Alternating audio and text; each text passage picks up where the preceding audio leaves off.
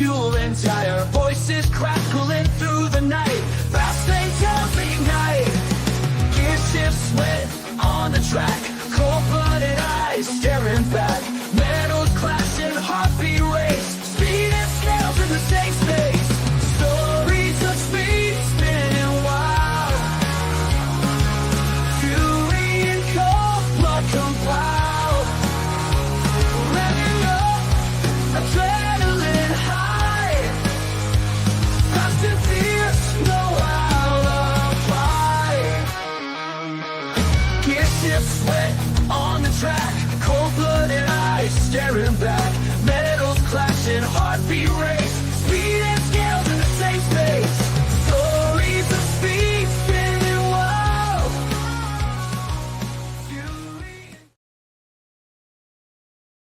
What up, everybody? How you guys doing tonight? Welcome back to another episode of Speedway Stories and Cold-Blooded Conversation. Welcome to the Nonsensical Network. We're 7 days a week. We got it on every social media out there. Tonight, I got a special guest from my reptile community, a good buddy of mine I've become good friends with. I'm going to have him come up, introduce himself, and I hope you guys enjoy. If you got questions, please hit us up. What is up? What is up? What is up, everybody? It's your boy, Steve from A Reptile I Am. Thanks for having me on, Wally. And, no problem, Bubba. Thanks for coming on. I'm ready for whatever we got happening, man. So, things kind of started off.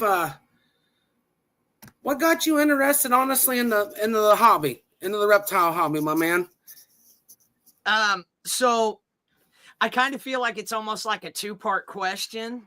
Because there was Steve decided to get animals, and then there was Steve decided to immerse himself fully. So, like, I've always been the guy that's gone out herping since before I didn't even know herping was a thing until like 9 years ago. It was just going out and doing what we do here in the Midwest for fun, you know?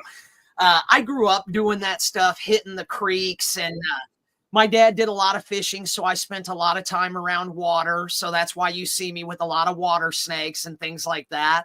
Because that's what I grew up with. As I got older, I don't know. Maybe it was a midlife crisis. I have no idea. But I scooped me up my first ball python, which the first one that we got was a pinstripe. Oh yeah. I didn't even know that this stuff existed, dude. I had no idea that there were various morphs and things like that. Now, there wasn't as many morphs at the time. This would have been back in like late 2017, early 2018, something like that. Right. And there was still quite a few, but not like today. So I saw it, I had to have it, and I scooped one up, brought it home. I spent like $1,000 at the store buying everything that you don't really need because you're going through the steps, dude. And anybody that knows, then unfortunately they know exactly what I'm talking about. So like for the ball python, I bought a terrarium. That's not the easiest route to travel when it comes to your humidity and temperamental stuff with the glass and things like that. Right. So lots of growing pains, the adhesive stick on stuff, and I remember that stuff when I got my first corn snake. I mean, ball pythons for me growing up, I mean, you're looking at $600-700 snakes for a normal because it wasn't a big thing growing up until here recently for me. And it's like, holy cow, getting it. And then of course, like you were saying with the stick on stuff, always fighting to make sure it stayed up on the tank and everything else. And it's a big no-no. You don't do it at all. But when you're brand new, you go to the pet store, and when you're novice like that or intermediate, right, you see the setup, and they're selling you a tank that first of all is for a tortoise. And then they throw in a couple crested gecko leaves and probably like some of those fake vines. I've seen them with the fake, like a cricket bowl and an adhesive temperature gauge, and you're like, sweet, I'm going to be plug and play ready out the door. And it's like, dude, none of this shit makes any sense. Nope, not at all. That's it. The height isn't right. It's way too big, but there, there's progression in the hobby, and right. For those that keep it going. But anyways, that's how it started. And of course I got my first snake sick. I got a respiratory infection, and it was just from overloving the animal in that terrarium and misting it in the morning and at night, thinking that I was doing what I was supposed to, and all of the extra care was going to help. But that glass is very temperature controlled, so once it cooled down just a hair going into winter time, everything changed as for what the husbandry was, and got the snake sick. And as I reached out and was looking for information, I couldn't really find anybody that was willing to step up and help. I couldn't find a community.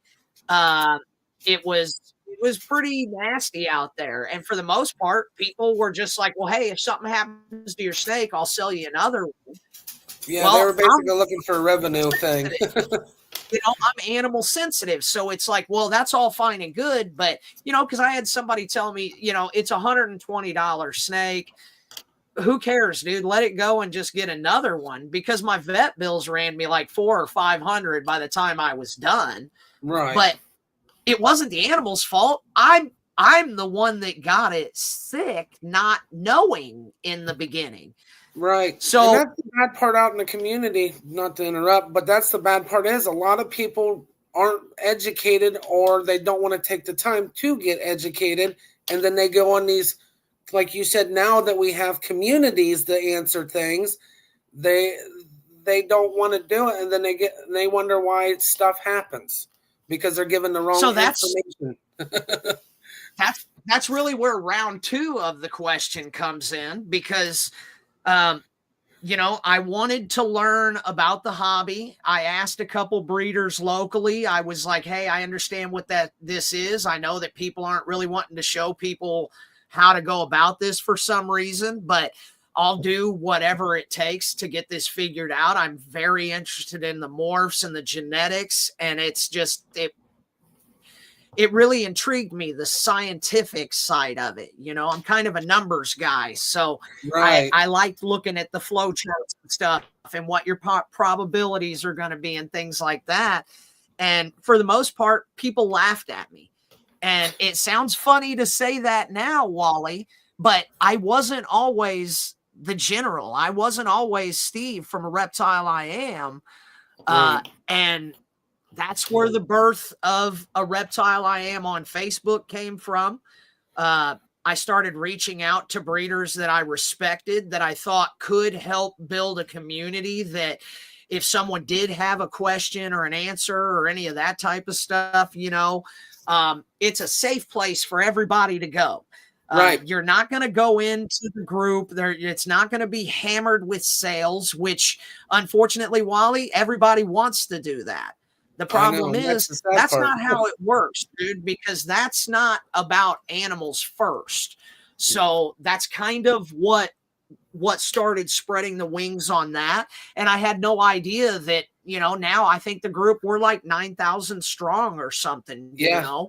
As soon as you started the group, I jumped in, man, because I've been following you for a while, like on Instagram and Facebook, and I have my own bearded dragon, and I got my own stuff, and I learned quite a bit that I didn't realize, and I changed a lot of my husbandry around just because of you and the people that's in that community that I didn't know, even doing my own research, but it helped better because I've seen people that succeed in this hobby make it, and it's helped me a lot with my own personal collection that I have. So, and see, I love hearing that, because that's the whole reason we did this. There are some OGs in the group. I do have some friends that have a little bit of clout, and they've come over to the group, but the group was created for the entry level, mid-level, or like I said, if somebody's having an issue, it's not about if we all started out and our setup was perfect. Right. What are you trying to do to kind of try to make it better for the animal down the road? So it's not that you're going to make a mistake. It's how you correct those mistakes. Yep. And then I wanted a group that somebody could feel safe asking those questions without 15 trolls jumping in and Oh, being man, like, that's "Oh ridiculous. my God, dude, you should never own a snake. What are you doing?" Dude, what they're See doing it all the is time. they put themselves out there admitting that they were wrong. They're trying to help this animal, and you're being an ass. Yep, exactly. I see it all the time. That's what's really going on. Yeah. And it's so scaring people off. And people will also jump in and do that to other people, other breeders, because they don't want that other person to start getting any of this so-called clout. Right. Because then they're looking at you as competition.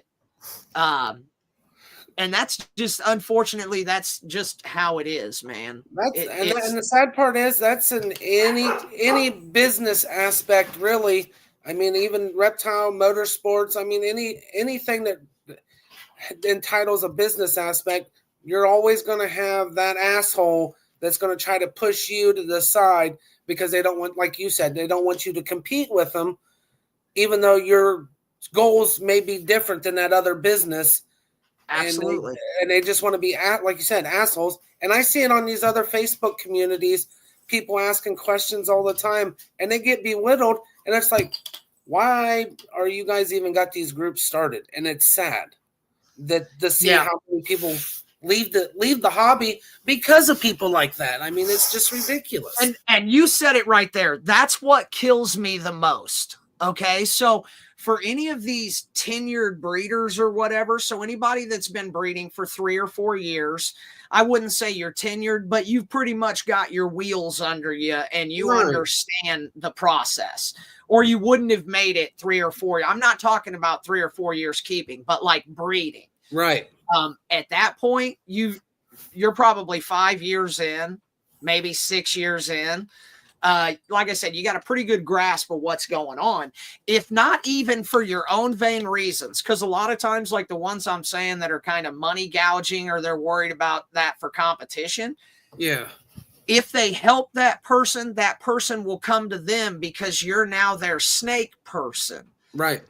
So when you don't help those people and they bought that one snake from a pet store, which they probably shouldn't have bought it from a pet store, but now they've spread their wings, because I didn't even know there was reptile groups or reptile shows. Right. I didn't either. When I first got into it, like I said, back in 17, 18, I didn't know. And when I bought my first snake from a pet store, mind you, I did everything the way you're not supposed to. Same here. I'm guilty myself with my corn snake, man. So, but I, brought it home, and that's when that kind of got my wheels turning. So I started typing into Facebook a little bit more and finding some of these groups. So you start kind of spreading out. But I didn't see signs for reptile shows. Right. I've lived in this city I'm in Kansas City, dude. I should have seen that stuff, which says something about it. That says something in itself, because it's not getting out to the open community enough. Right. For one thing. Exactly. But there's those progressions, So then I progressed and went to a reptile show, which really blew my mind. If I thought I had seen something on ball pythons out of the 5 they had at the store, dude, I was not prepared for what was coming. But my point is this, Wally. So I got that one snake, and yes, the snake got sick, and I ended up, and he's still with us. We're good. Unfortunately, I got him sick twice, though, but I paid the cost to be the boss, and he's still with us, and so we're good to go on that. But if that snake hadn't have made it, we might not be talking right now, because it could have broke my heart as an animal lover, and I may never have turned around and bought any of this stuff, which means that you never would have got any assistance from me on any of the groups or any of my YouTube videos or whatever you watched, because like, dude, we have almost 400 YouTube videos on our page. There's so much stuff in there. And it's funny because you can see the progression too, by the way. It's really funny when you go back. But me staying in and making it past the first snake, guys, that was an additional 360 animals that the community sold. I never bought another one from a pet store again. Every one of those came from the community. Yep. So keep that in mind. Now, I'm not saying that that's normal. I've got a sickness. But if you sell a new ball python breeder a snake, they're probably going to come back for 3 or 4 more, because when they spread their wings, they start seeing these other genetics. Yep. And the addiction spreads. We're not special because we caught the bug. It was already out there. Oh, yeah. So we tapped into it is all we did. if only for one vain reason that you're helping them, you might get a sale out of it. That shouldn't be the reason. But my point is, no matter what your reason is, whether you want to be a good person or a super villain, being positive and helping someone else, it helps everybody. Because I'm a firm believer that the breeders are actually what keeps the circle going. Yeah, and you get those bad apples of those breeders. Oh, I agree with you. I've seen so many people since I've been in this community now and really digging into the ball, especially the ball python community, how much positivity is in there, but also how much hatred. It comes back to the competition, but yet you see these people that have the hatred towards other breeders. You go to their pages. Well, we want to get people to build the hobby, but at the same time, I want to comment on there. Well, I seen your post on this other person's page that's trying to bring new into the show and into the game, but you're belittling them over the whole ordeal. So how are they supposed to? So, here's the thing with that, dude. It's clicky out there. There's clicks. That's anywhere, though. Those clicks will work inside of themselves. Yep. And it can give the appearance that they're building a community and they're really building 3 or 4 breeders. Right. And that's where you see them in other threads. And I even see it, and to bring it up, Morph Market. I see comments on people's posts when I scroll through Morph Market, how they're dogging this breeder because this snake in the picture, because they don't have the high dollar cameras or technology, they're dogging the look of their snakes. And it's like, don't look at it then. Get away from it. I mean, a lot of these people that are I found on Morph Market, I've actually bought a couple of my ball pythons that I got from guys here that I found here in Ohio. Pikeline ball pythons. They're good people. I met them. I bought a clown off of him. He made me a deal. I'm working on growing him up, putting him in with my pinstripe and red authentics that I've got. She's growing up. I bought her off of a local person here in town that was getting out of the hobby because, once again, couldn't find the help until it was too late and they lost their drive to stay in the hobby, even just to keep it as a pet. She ended up getting rid of it. I talk about this all the time. The power is in the animal. Yeah. We're only the tools. Yep. Okay. Nobody would probably be looking in if they didn't know that I didn't have puzzle and paint and acid and all this various stuff. That's why people tune in. It's not because I'm special. No, it's the animals. Yep. Exactly. But when I say that, here's what I'm getting at. You also don't have to breed all of the animals. No. The power is in the animal. So if you have females and they're just sitting there growing, technically you don't have to breed everything. So you can cut back without getting out. There was a lot of fallout in the last few years because there was a lot of ramping up in the past 3 years. And yeah, I've seen that. It's crazy. It painted a negative picture that this isn't gonna work and things like that. It works as much as you work it. It's just like any job, and that's the honesty of it, guys. And that's the difference between some people should be hobbyists, because when you get to a certain point where it starts becoming business, you know, it's like when you buy a car, Wally. The second that car pulls out of the drive, it's not worth as much as it was 30 minutes ago. Yep, exactly. So if you buy a breeder animal, let's say for $500, so we're keeping it very realistic in the ball python world. That's very realistic. So a $500 animal, and you raise it up, and it's ready to go, and you breed it or whatever, and then it's time for that animal to move on, because there's also levels. After you have an animal that you've leveled up, if you're not going to use it, open it up to the next person that it can be special again. Right.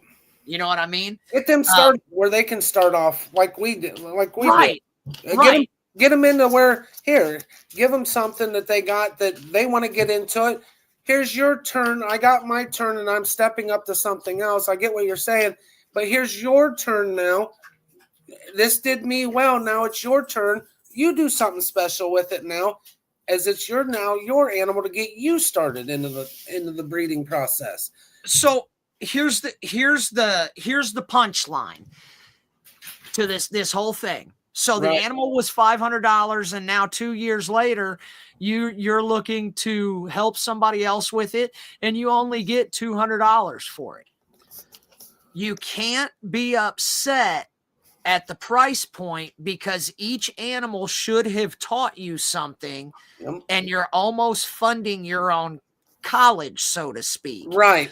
So it's like I said, the power's in the animal. It doesn't matter that certain of these animals, I'm not getting back what I invested in them, because it's what got me where I am today. And if I didn't have them, I wouldn't be a guest on your show. I wouldn't have a triangle on my head. It just wouldn't. That's what I'm talking about. It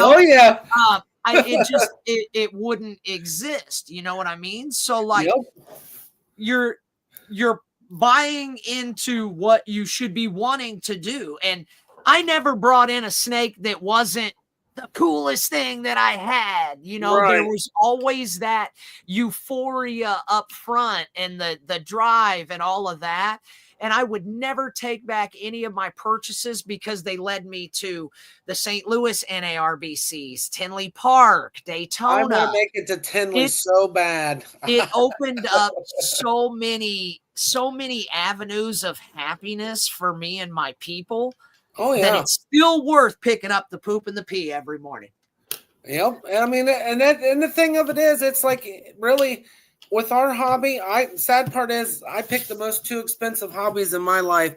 I like my motorsports, and I love my reptiles, man. I mean, besides having kids, those are the top three most expensive things you can have for your lifetime, in my opinion. I mean, but it's what you put back into it, like you were saying. And if it wasn't for guys like you, and I'm going to bring up a couple people, God rest their souls, Brian Barczyk, love the man to death.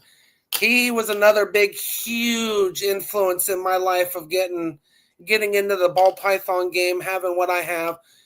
I'm setting myself up to eventually breed. But right now, Benji, I was thinking it too, Benji. I see you. Sorry, Wally, but he's dropping truth. Oh yeah, yep, the wife too. Yes, sir. That's lateral with the children, bro. Yep. It's just an expensive thing. But yeah. I mean, if it wasn't for people like him, people like you, my kids wouldn't show the interest in anything if it wasn't showing them your videos, Brian's everyday vlog when he was around. I still watch Lori and them to this day. I cannot wait until they go up, take the family. We've talked about it when the legacy's done. We're going to go see it. I can't wait. But guys like you and him have made it, and Steve Irwin, I mean, that was my first animal guy. Yeah, dude. I mean, honestly, I couldn't be more flattered right now that you even mention my name or next to these guys. Hey, you've been a big influence I'm too, like, but I found, and the only reason I found you, and I'm gonna be straight, I watched you comment on an Instagram post of Brian during one of his vlogs, and ever since then, I've been following you and commenting and get chit chatting with you ever since then, man. And dude, that's going way back, dude. That's going yeah. way back. But yeah, I mean, that's where did that, and just then too, you got your go to our big time breeder. I love what the man's doing, Justin Kabolka. The animals that he is producing and the way he is doing it, he's doing it with class, but he's also trying to introduce that. And my man up in Canada, got to give it to him. Good old Billy Rowe at Mutation Creation, dude. Better hit it up for the boy, man. That him too, man. I mean, I watch him. Actually, and it's hilarious. Right after my shows are done on Monday, since I started doing this, I jump on his thing and hit him up on the live when he comes on, when he does his live on his. Do you remember roughly the beginning when you first came in and saw Billy? He was blowing my mind, dude. Oh yeah. He was not like anyone else. He said whatever he wanted. Yeah, he didn't care. It literally, he was one of those that there was no filter, no blinding. And you know what? You know what? No bullshit, dude. Damn nice guy. Is he? He seems nice like it dude. Just talking to him online. I can only imagine what he's like in person. Him and he's come on the show. Guys. He's come on the show with me a couple times. Kevin McCurley. I love as Kevin. A matter of fact, Kevin's the shit. As a matter of fact, I don't know if you saw, I did a video that it was titled something like, "Is this the end of the ball python industry?" Oh, yeah, I remember. Yeah. Did you watch that show? Yes. Because Billy Rose and Kevin McCurley came on. Yep. The show was great. Kevin stole the show, though. Oh my God, dude. Halfway through the show, he took over and it was just the craziest nerd petting zoo. That was the freaking when he brought that albino boega out, the cat eye. I about died, dude. Especially your reaction. You know what it is when me and Billy Rose are like, oh yeah, you guys were like, and then you hear Billy. I definitely will be calling you, Kevin. I need to get me one of those. I remember that night because honestly that night I think that was like 6 hours we were on that night, and I had to be at work the next morning. And the wife's going, "You need to go to bed." I said, "Oh no." So she ended up laying over on the phone watching with me, and I'm like, "These are the guys that got me into this," and she's like, "Oh my God, you guys are nuts." Well, I tell you what, dude, we've got to get you an area reptile over there to represent something, dude. So I need to know what's not on the air. We'll talk off the air. Yeah, definitely. Maybe what some of your passion projects are, and maybe I can help slide something over that direction. Yeah, we'll definitely do that, man. But yeah, those nights, but like I said, you're in there with those guys. I mean, but with you and Brian, though, I mean, your vlogs you do, I mean, you don't do it all the time like Brian did, but when you do, you bring the people in.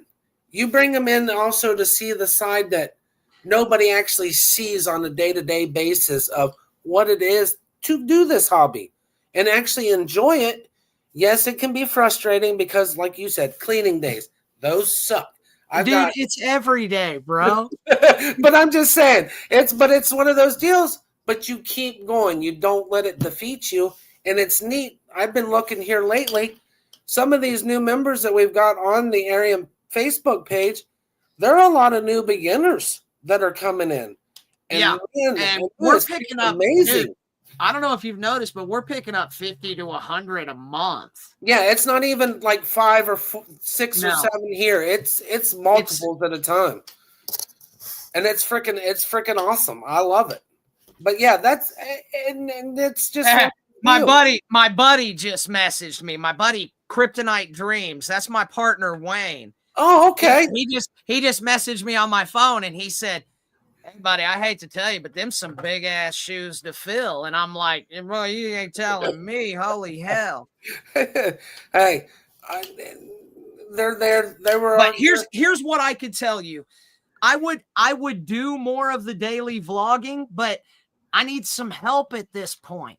Right. I've taken myself about as far as I can on social media, and I've done good for a boy from the Midwest, but dude, this isn't my forte.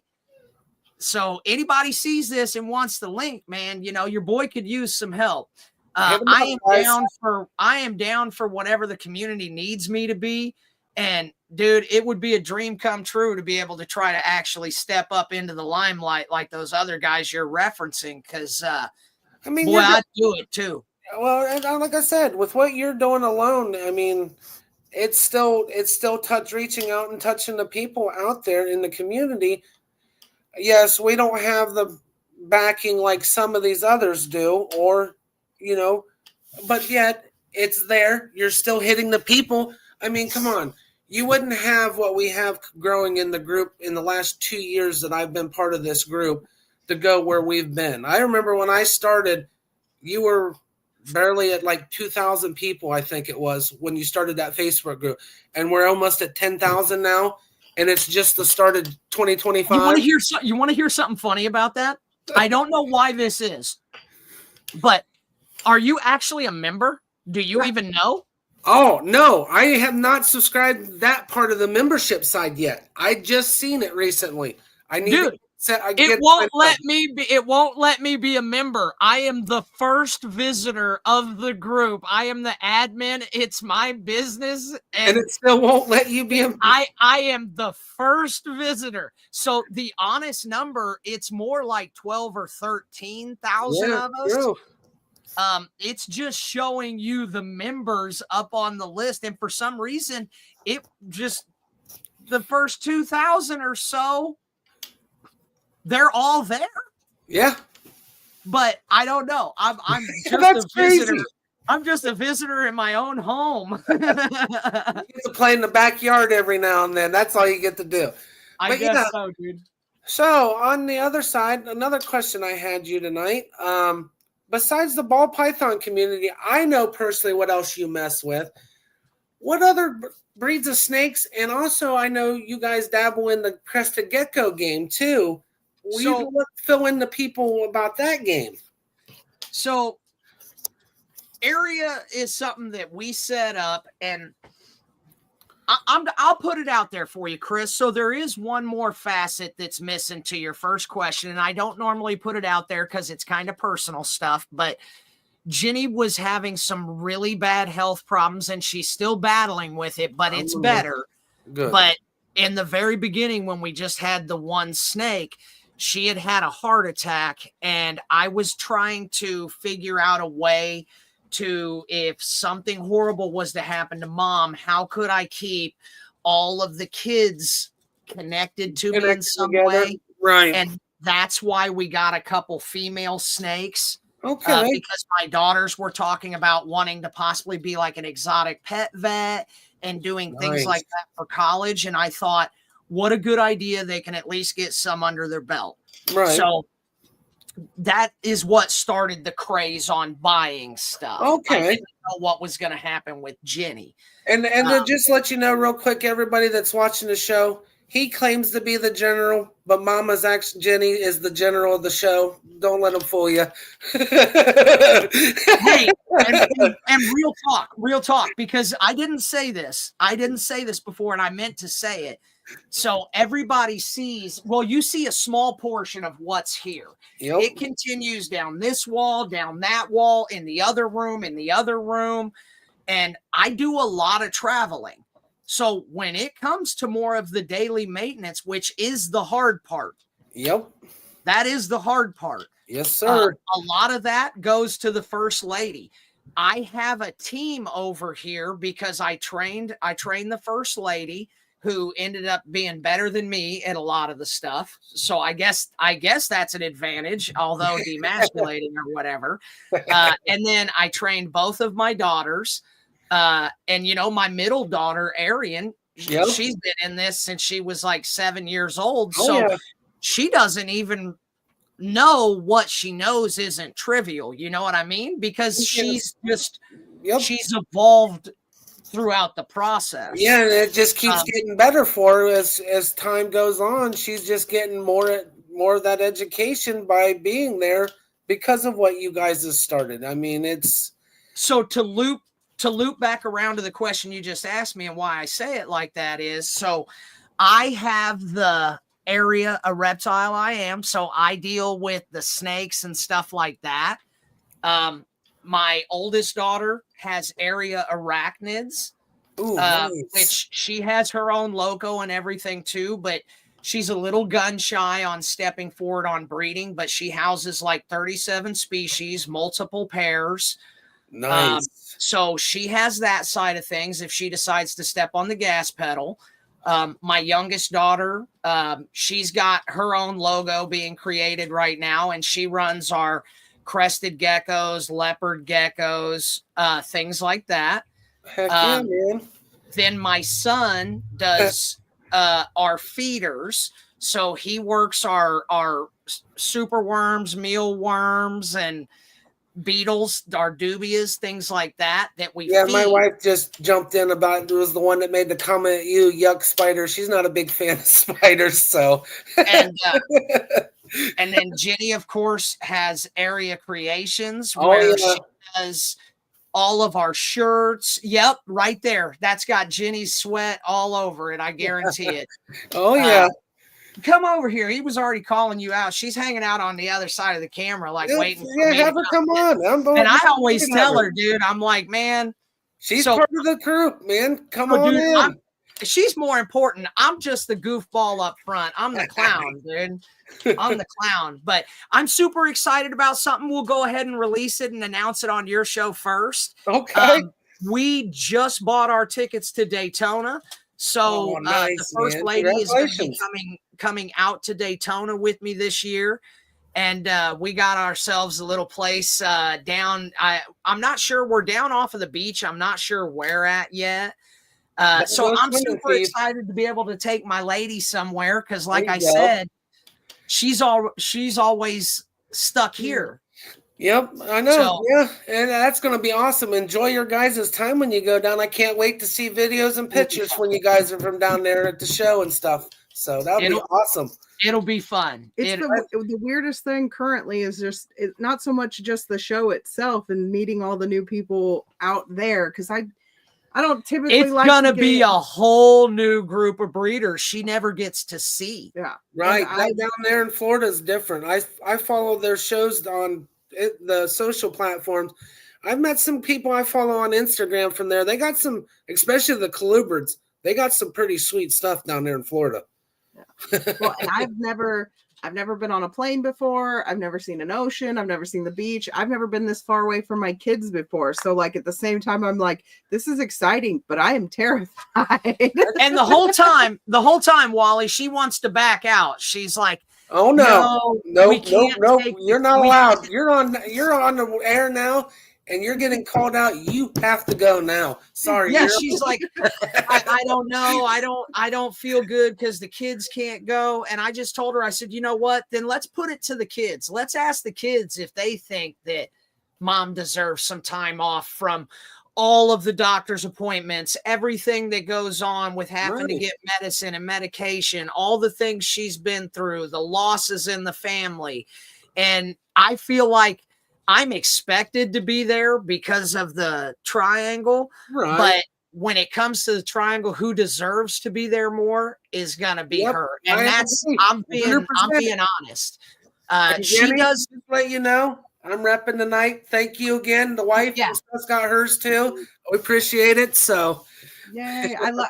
I'm ready to expand a little bit more, but if someone doesn't quit expanding into my spaces, then. Put your foot down. I don't know who you're talking about, Steve. I will end this show right now, dude. I thought we was better than all that noise. Hey, you know what? She says what she wants about this when we're here. You should see when we're at the damn show, Wally. It's a different story. Tinley, when she went to Tinley with you, the pictures don't do justice. that busts her out that you posted from Tinley. I've seen your reactions being at Tinley and stuff with everybody. Yeah. Well, how about the animals, dude? Oh yeah, the picture. That's what I'm saying. Bust her out with the animals, everything else. So Our last big show, we came home with a few, and of those few, were 90% yours correct? was because of me. Yeah. And here's the problem is at this point, it's not easy to sell me a snake because we've got so much and we're breeding so much. So Right. when she finds one, boy, does she pick one.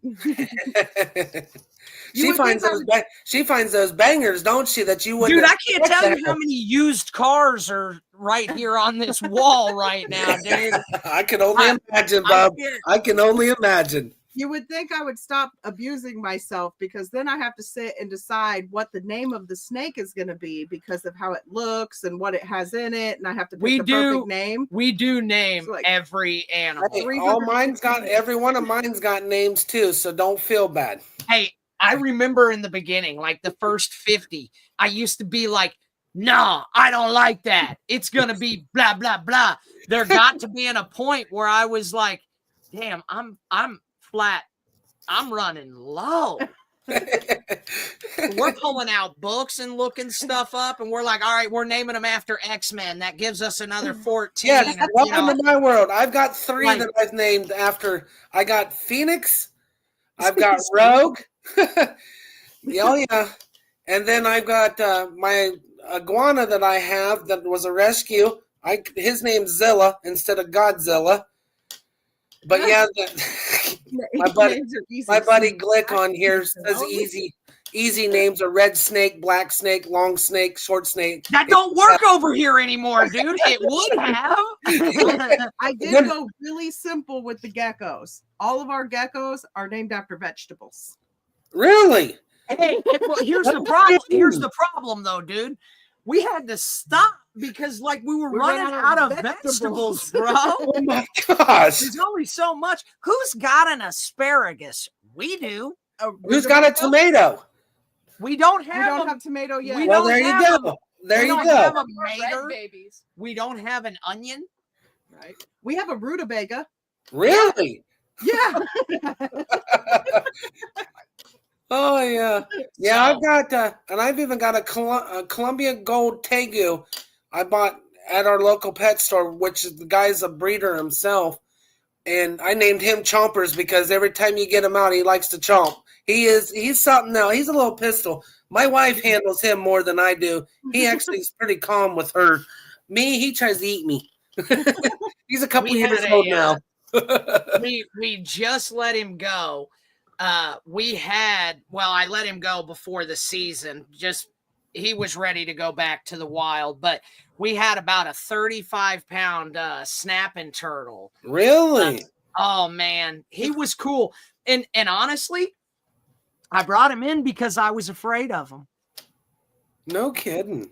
And I chase those things around on the road all the time as a kid. And I spend so much time in the creeks and stuff herping. Right. And I've always, it's a fear that was instilled in me when I was younger by my dad because he didn't want me to get next to him, but it's not what I thought it was.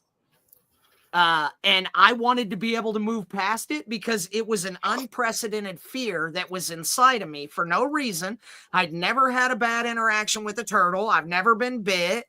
There was no reason for it. So it was time for me to evolve, and there's not a whole lot that really makes me nervous. So it's kind of one of those face your fears. I used to be afraid of heights. I jump out of planes now. I just I don't conform like that, dude. I'm a rebel, bro. I thought you knew. I got things, man, jumping out of them. I'll fly on them, but I won't jump out of them. So, as for other snake species, dude, I am tricked out on Asian rat snake species. Oh yeah. I think we're housing like 8 or 9 different Asian rat species. I remember when you only had two different ones now. That man, you've really wow. So there's a lot of stuff that's just kind of growing in the background right now. Cause like I said, the power's in the animal. Right. And a lot of the time they're going to be in their enclosure, in their tub, just growing or whatever, you know. But I got into the Asian rat snakes because we don't house venomous.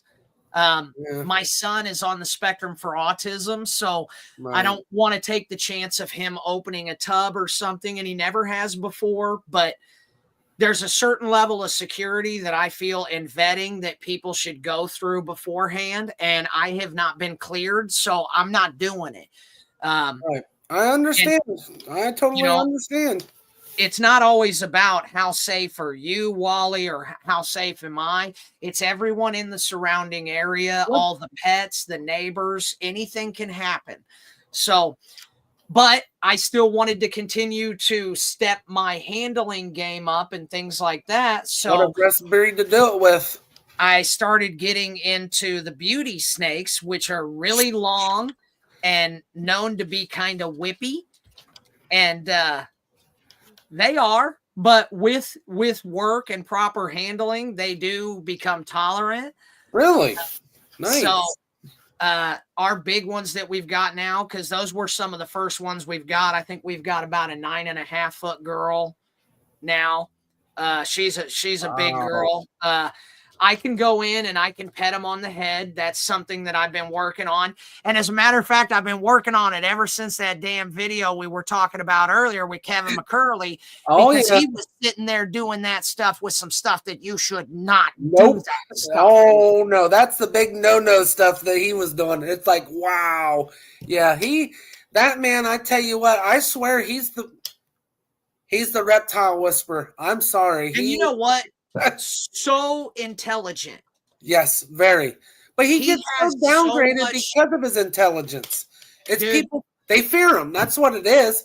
I'll bluntly say it. They fear because the man is a library. And he's probably forgot stuff that he wishes that he could still pass on that most of us don't even know about. That he's been doing this for so long.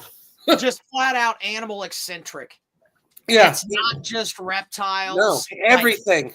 I mean, I watched him right before Donnie left. He had his what was it? Tara brought in. They went somewhere. He was dealing with a monkey. First time ever seen one of those like little tiny monkeys. It was like he's been around it for 30 years. The thing just sat there and chilled with him the whole time. And it's like, this dude just met this thing, and it's like his best friend.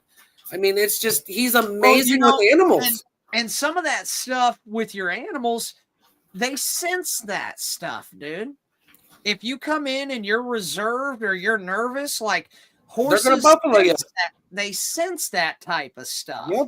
So we'd be naive to think that other species don't in the animal kingdom. Dogs are a prime example. They'll buffalo you if you're nervous around them. I've seen it. They will buffalo the crap out of you. But like you said, if you're calm, cool, collected, let them do their thing with your hand held out flat to them. They lick your hand and everything. That's baby steps. That's respect. But there's so many people out there, like you said, with the snapping turtle. You overcame your fear with the snapper. But people won't face their fears. They don't. With their fears comes the judgment of hate and not liking something because they fear it, which is they don't understand. We'll put it that way. They don't understand, and that's the biggest problem with people. They fear stuff they don't understand. And we see it all the time. I tell people, it's just like you said, it's fear from lack of knowledge, which was all it was for me. I knew I wasn't going to keep this turtle forever, but I've always wanted an alligator snapping turtle. Oh, yeah. That's my dream snapper right there, buddy. And I figured starting with this snapper would be a better route for me to travel. But like I said, the pond I had in my backyard, I was worried about the winter freeze. Right. And I'm like, he's ready to go again. He's healthy. He's a great big bull. Let's let's let him back out and give him a chance, you know, but just educating yourself. And I tell people all the time, it doesn't matter what it is. It doesn't matter even with human beings. If you respect it and respect what it's capable of, you can do whatever you want. That does not mean, oh, I respect this snapping turtle and you put your fingers in his mouth. Right. Because that's not respecting the fact that he No. will take them damn fingers like Vienna sausages. Yep, and it's a snack to him. But here's something else I learned. And guys, don't take this knowledge for anything. I've only ever housed the one, but I was always worried going through the creeks because I go through a lot of dark, murky water up to the waist, and that's where they're going to be, is down in the bottom there, because it's the deepest spot, and then the creeks come up. It may be 2 foot, 1 foot, and then, you know, it's a creek.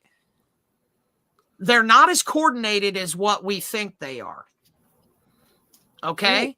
And I say that because I used to tongue feed my boy because it was something I enjoyed doing.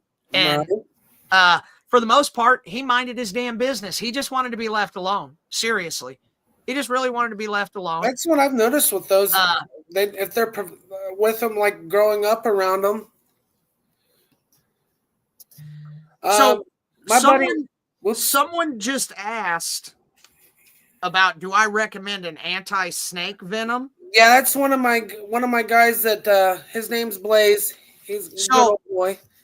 So I would say this, Blaze. I think it depends on the situation. I guess it's different if you were to tell me, hey, I house a rattlesnake. I would say it's a really good idea to have some of that anti-venom on hand, for sure, for you or your dog or whatever.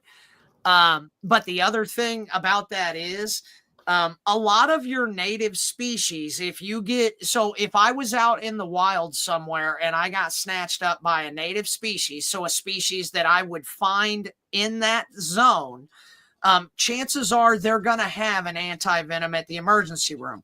Where the problem comes into play is with some breeders and stuff bringing in some of these really exotic stuff. And you get a snake from Indonesia, they're not going to have the anti-venom for that at your local Michigan emergency room or whatever, or Missouri or Idaho or wherever somebody gets snatched up. So the other thing that goes into that is some of this anti-venom doesn't last very long, dude. I thought I heard something about the Gaboon Viper. The anti-venom lasts 6 months and can run like up to 100,000 on 1 round of treatment. Yep. And you could need 7 rounds of treatment. That's $700,000 on an animal I can get all day for 150. So there's some serious stuff to keep in mind when it comes to venomous. So that's a rough one. That's a hard one to answer. Yeah, with back to the venomous, I mean, I've been watching on that. I mean, I've always wanted a rattlesnake, but I know from a distance I'll admire them. But for me to do it myself personally, I'll keep admiring them from a distance in the wild, at zoos, and my other YouTube guys that I watch that keep them and stuff. I'm not comfortable enough with something that could kill anybody in my household, even though there is anti-venom for, say, the rattlesnake. But I just don't want the responsibility of the area if something were to happen. You know what I mean? But that is one of my dream venomous snake would be to have a rattlesnake. But I'll stick with my ball pythons and stuff like that. And like where all I got to do is worry about a food response bite every now and then, or just agitation bite, which isn't bad, but I don't have to worry about going to the hospital and getting shot up with anti-venom all the time. True. So Blaze came back and he said it depends on the distance from the ER, which is going to be true. Yeah. But a lot of your species, venom changes. Some venom works on coagulation, where it will just keep you bleeding, which will give you like hemorrhaging, internal bleeding. There's others that work like on the cardiovascular system, where you will go numb, paralysis, heart attack. So dependent on the species, but the time to react to a snake bite is when you get bit. So in a situation like that, if you're further away from an ER, you've got to use some sort of cognitive thinking to try to help yourself. So let's go back to the thought process of you're in the field during a military war zone or whatever, and let's tear a shirt. Let's tie off our arm if we got tagged here. Let's tie off our leg and let's tie it tight.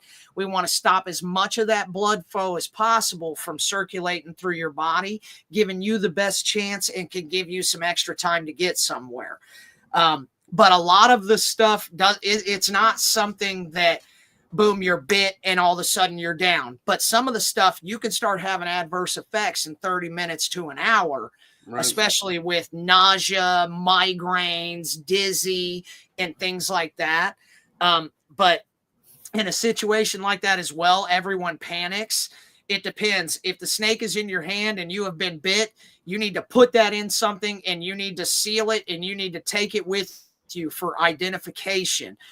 If everybody's got their phone on them, if you can snap a picture of that, it's going to be so important in your identification when it comes to getting what you need to be better.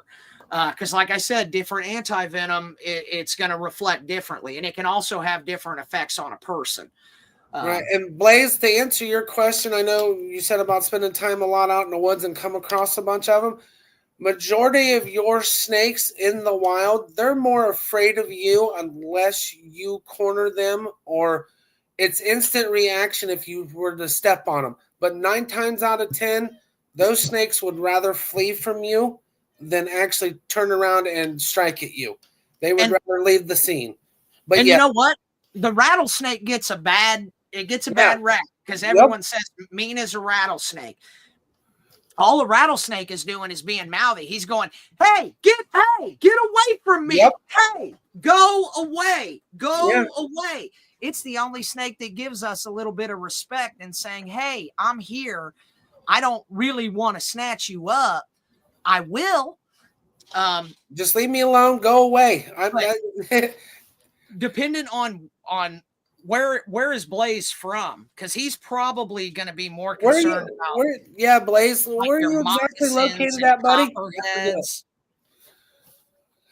Yeah, he said he just posted in there about he's been close to a rattler and backed away and everything else when he's seen them. So I mean, where he's at in the woods, he's got rattlesnakes around. So yeah, that's actually Mother Nature's warning symbol for them. But people, you see it all the time. Like Steve said, they get a bad name. The only time I've ever seen them do anything is when they've been provoked. They're being bothered. They won't leave them the hell alone. They sit there and instigate the shit out of them.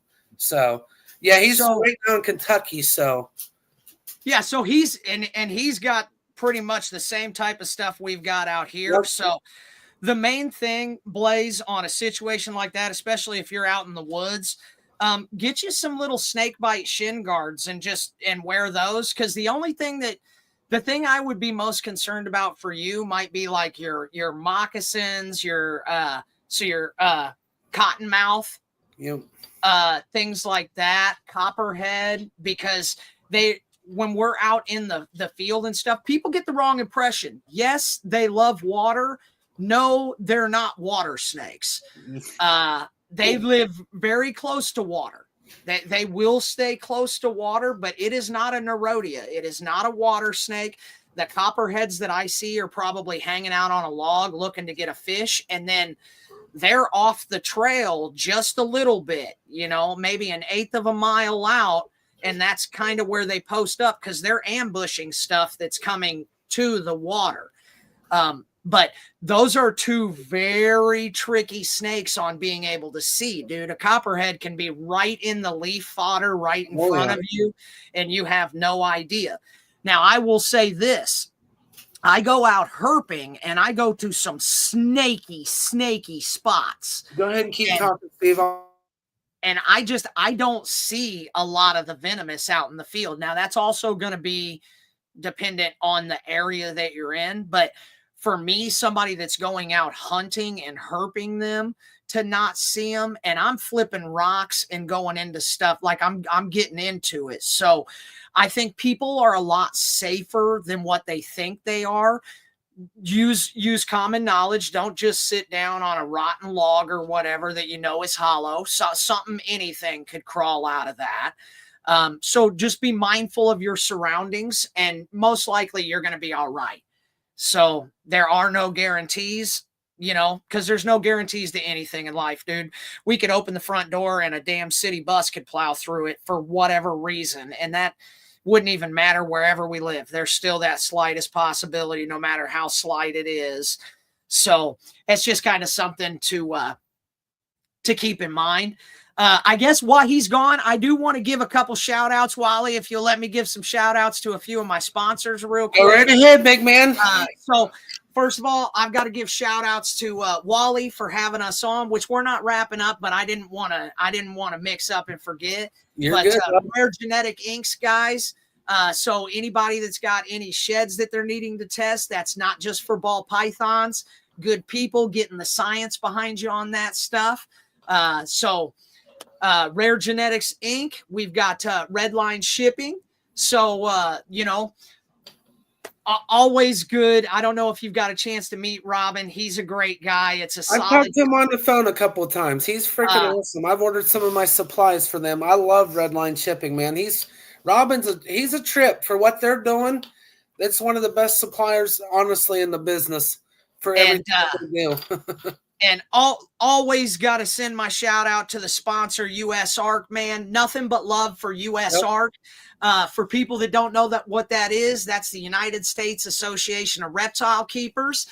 Those are the people that fight litigation so that we can actually keep these animals that we love, and they don't get banned across the United States and things like that. So whether you have one animal, whether you have 100 animals, we're all the same. We're all animal lovers. We're all reptile keepers, and we got to do what we got to do. US Arc, guys.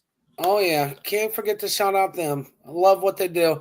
Well, they're right now actually here in my home state of one of the towns, Ashley, Ohio. They're right now come into Ohio to fight a legislation in that town because they're trying to get away where they're wanting only people to have one dog or one cat now and no exotic animals, including fish and everything else. I just got the notification from them about that going on. I sent in a email giving them support about why they should not have this law put in. Yeah, and the city I grew up in, so 2 cities away from where I am, they have some sort of city ordinance that says you can only have like 6 animals with vertebrae, and they are including fish. So Really? One of my buddies had to get rid of his entire collection. And it's like, dude, how can you classify that like that when most people that are into aquatics have a fish tank with 20 or 30 fish in it, Especially when you got guppies. They multiply like rabbits. Those things are... And now all of a sudden you're breaking the law? That's ridiculous. It's just, it comes back. They fear what they don't understand. So these people don't know what our community, the fish community, I mean, any of the animal community. And we deal with this in the motorsports side too, with them coming in and telling us California is a prime example. You can't do modifications to your vehicles, put aftermarket parts and stuff on there without them ticketing you or putting you in jail for it. And we deal with that in our side of the hobby with the reptiles and stuff. I mean, it's always a constant battle for whatever we do. And it's a shame. It's because, back to again, they fear what they don't understand and they don't want to learn what to understand the stuff. So it sucks. So I did notice that you covered some Speedway stories. I'd like to give one other shout out. Yeah.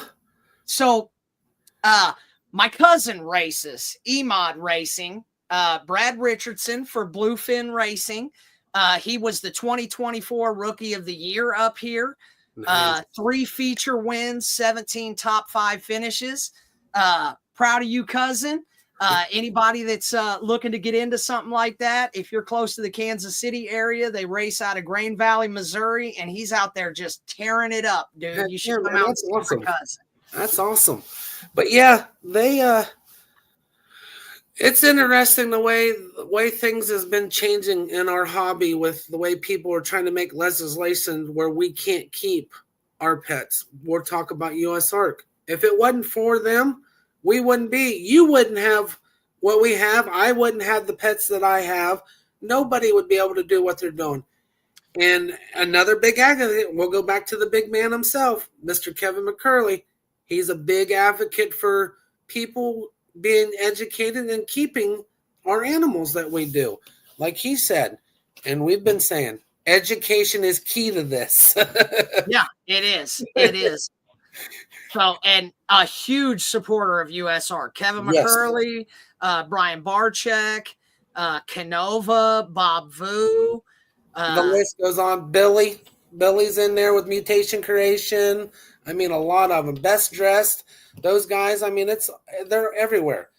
Especially Troy's good people, man. I like Troy. I love watching his stuff on Instagram and everything else, man. He cracks me up with some, especially you guys all at Tinley when you're together. Oh my goodness, you guys are insane. It's a good time, dude. So you've got to come out to Tinley sometime, bro. I've been trying to get time to come out. I got to get the money up and vacation time. So Tinley, gotta make it out. Tinley is the place. Tinley is the place where if there is somebody you want to meet, your chances of meeting them in one place, you've got it, dude. It's where all the YouTube guys come out. And it's just, dude, it's a great time, great atmosphere. And if you've never been to a big show, dude, you got to be ready. You got to be prepared for a Tinley. A Tinley kills me by the end of it, dude. There ain't nothing left of me. Yeah. But yeah, I mean, I've seen you guys' videos, watching Cusco doing his thing. One of the highlights from the Tinley when Jenny got to go with you is when she finally got to meet Dave Kaufman. She was like a little kid in a candy store.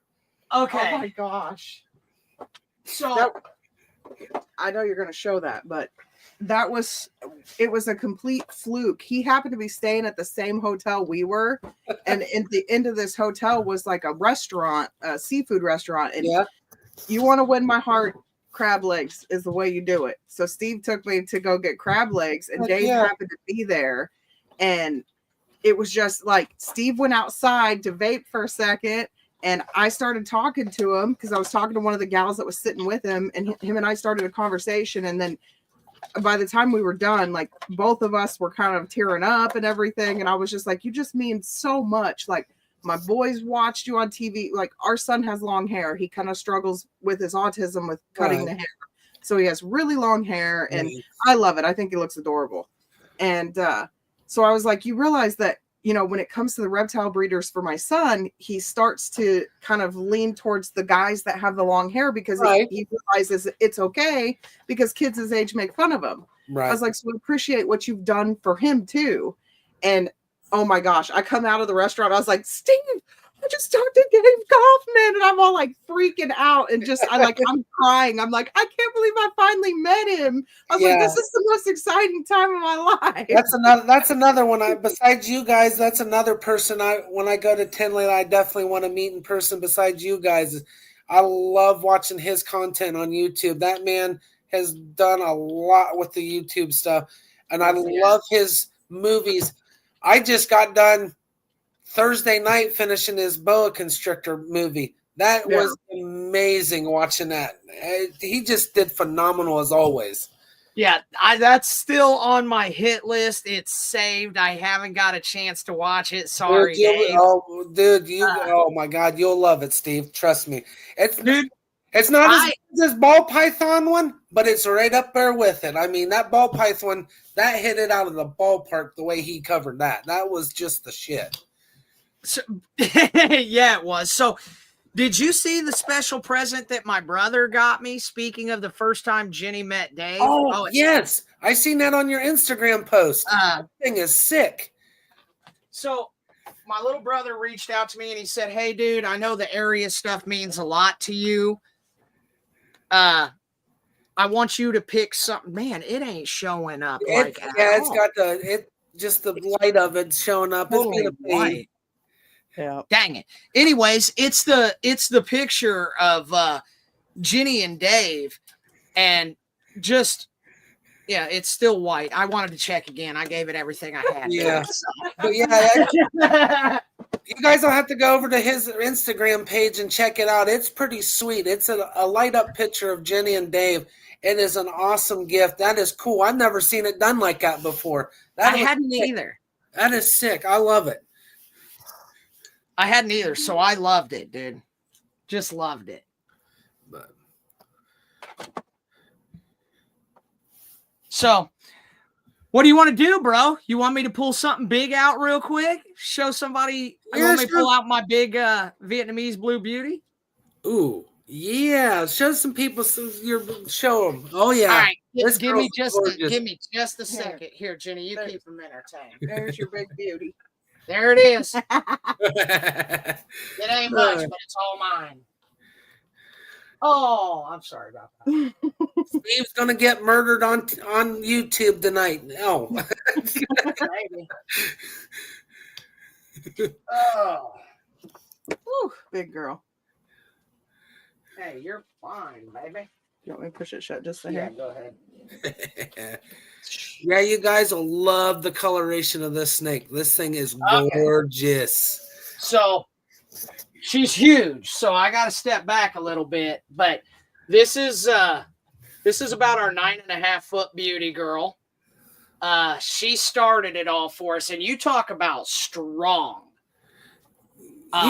You really wouldn't think the structure of that snake, the slenderness to him, so would have the strength. So she's got my arm, dude. Oh, she's got my arm with her tail. They're strong because it's kind of like a prehensile tail where they use it for grabbing and holding on because they're arboreal. Yep. So they're looking to snatch birds and stuff. Oh, she's tapping me. Did you see her tap me? Oh yeah, she's like, "Hi, Dad. What's happening?" Now, as everybody also just saw, she lightly tapped me on the arm, which is because she's hungry. But there wasn't a whole lot of reaction from me, guys. And it's because it's superficial. It really doesn't hurt. It's the fear of, oh my gosh, something's going to bite me. Right. It really didn't feel like much of anything. Jenny will hit me harder when we get off the show later. So, but yeah, this is one of our big girls, and we've got a few of them. But she happens to be our biggest. She's gorgeous, man. The pictures definitely don't do her justice after seeing her out. No, and just an amazing snake. But as you see how she hasn't stopped moving. Yep. That is why I got into it. I wanted a snaky snake, is what I call it. A ball python isn't a snaky snake. That's a rock. That's a rock with scales, pretty much. They're not most of them aren't very movable at all. They just lay there. They're like, "Okay, I'm out. We're gonna lay in your hands." All right. And this is our boy Rex. Whoa. He's an adult Asian king rat snake. I think arguably the fastest animal in our entire house. He's gorgeous, man. They are quick, which normally when I first get him out, he's normally really whippy and he runs, but he's actually a really good boy. One cool thing about the Asian kings, they have rough-keeled scales. So, dude, if you've never felt one, it's hard to explain. But I mean to tell you, it's like armor. Oh yeah, I've seen them. I've seen that one of the reptile shows there that we have here down at one of the fairgrounds. Got to see one. It is neat compared to the way their scales are done compared to, like a ball python style scales. I like theirs better, just the way they are. I think it's awesome. But he's a good boy. You will get a lot of false bluffing when it comes to him, though. He'll talk to you, but he's actually he's never snagged me up. Thank God. He'll let you know. But yeah, I'm sure he would let me know. But yeah, so that's a couple of the little species that we have, and then we've got some much smaller beauties as well. Ooh. So she's in shed right now, but the colors are still kind of the same. One of the things I like is kind of like having 3 different snakes in one. Right. You see, it's all smooth pattern up here, all the same. Then it starts shifting to blocks. And if she'll keep moving, she's not. But at the end, it turns to a stripe. So you get like multiple different looking snakes in one animal. Yeah, it's pretty cool the way the patterns on a lot of them are done up is the way they go. I've seen a lot of the pictures and stuff, and there's some of those beauty rat snakes on Morph Market that I've seen. Man, the coloration pattern that they have on those, wow, it's like. Then I look at the price tag. I'm like, yeah, not quite yet. Well, I tell you what, though, when it comes to your colubrids, it is a different world than ball pythons. You can get some really, really phenomenal colubrids for under $500. Right. Since we were using that as a reference earlier on a ball python. But the color on the Vietnamese blues, it changes too, dude. Really? It changes up for some reason. Yeah, I've got some that are kind of more gray. I've got grayish gunmetal. Then I've got like some of them are really blue. So it just varies. I think we've got like 7 or 8 just the Vietnamese blue beauties, and probably 7 or 8 of the Asian king rat snakes too. So yeah, those things they're amazing. The colubrid side of the snake side is your non-venomous. If you want that, like you said, you want to be able to get kind of the handle of what it would be like to have a venomous snake. They say colubrids are the way to go to learn your handling techniques and everything else with them. And so, and like the size that you see these animals, these are big snakes. Yeah. Okay. So you might not think it, but you got to look at the difference between an adult king rat snake is built like a prize fighter, like a 185-pounder, fast as lightning and slim and trim, just all muscle. It's not a lazy snake. They cover a lot of ground in a day looking for their prey and stuff like that. So not all colubrids are going to be like that, but I wanted something with some length. I didn't know what I wanted to learn. I wanted to learn, you never know until you know. And they taught me the difference between be the tree. You're not handling, be the tree. Right. I hear that all the time. Yeah. I wrapped a lot of that blue beauty around my other arm, but I was just trying to be the branch. The reason the snake was able to come around and just kind of give me a kiss was because I wasn't fully restraining her. Right. You were letting the movement be there. So, but I'm surprised she did that. We're going to talk about it later. But yeah, those are some nice snakes and stuff you got, man. Anything else? I mean, really, you pretty much hit the nail on the head what I wanted to do with the show tonight and everything else. I mean, we got to talk about a lot of the things, with the hobby, the support behind it, and what the meaning is for you doing what you're doing. And like I said, man, I appreciate everything, and absolutely, I love it. you've been a big inspiration, and it's been a great ordeal. And I'm definitely going to have you guys back on the show. Tell the boss lady she's going to be more on the show with you too this next time. So it's going to be a collab. We're going to have you know, every time you say her name 3 times, it's like damn Beetlejuice.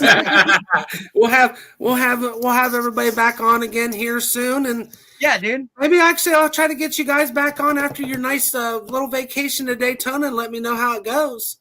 Well, man, you better get a hold of me before 9 months, dude. We just booked Daytona, but that ain't until August. So I'll get a hold of you way before then. Yeah, you don't have to keep me on the shelf. We're looking at trying to go down and hit the March Tinley.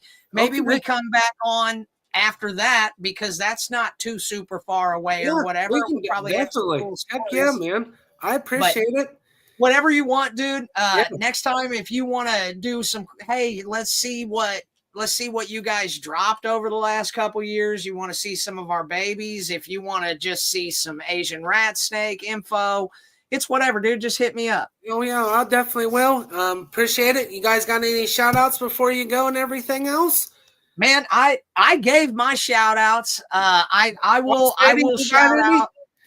Jenny, you got any to shout out? I think he shouted out all of our people. Alrighty. So I will shout out Kryptonite Dreams again. Much love to you, Wayne. Even you a little bit in the show. Thanks, Kryptonite, for coming in the comments and stuff tonight, man. I appreciate it. Thanks everybody for tuning in. Once again, thanks, Steve. I appreciate it, man. Look forward to talking to you again here soon, buddy. All right, dude. You know what it is. And with that, guys, I'm gonna hit it up, man. Peace. I'm out. Thank you guys all for tuning in tonight to Cold-Blooded Speedway Stories and Cold-Blooded Conversation. I hope you guys enjoyed having my guest, Mr. Nelson, on the show. Become a really good mentor of mine over the last 2 years. Really look up to the guy. And I appreciate everybody tuning in tonight. And thanks for the questions and comments. I hope he was able to educate everybody some. He definitely will be one of my bigger guests coming up here soon. I'll probably have him, like you said, March Tinley show. It's a big show over in Illinois for all reptile breeders throughout the country.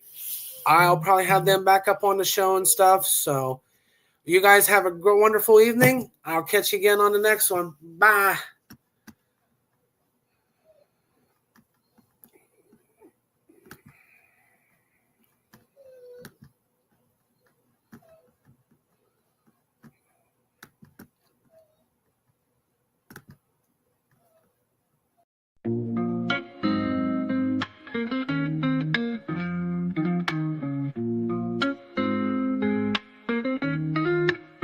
Nonsensical network, different flavor every day. Movie talks, new flicks hitting the display. Microphone magic, musicians spill the praise. From reptiles to motorsports, burning rubber craze. Football crashes, touchdowns, epic plays. New spinning, catching on the latest phase. Gleaming cars, engines roaring up the pace. Street tales, urban stories we embrace. Tune in every week, diverse. Groove to the beats, let the rhythm immerse.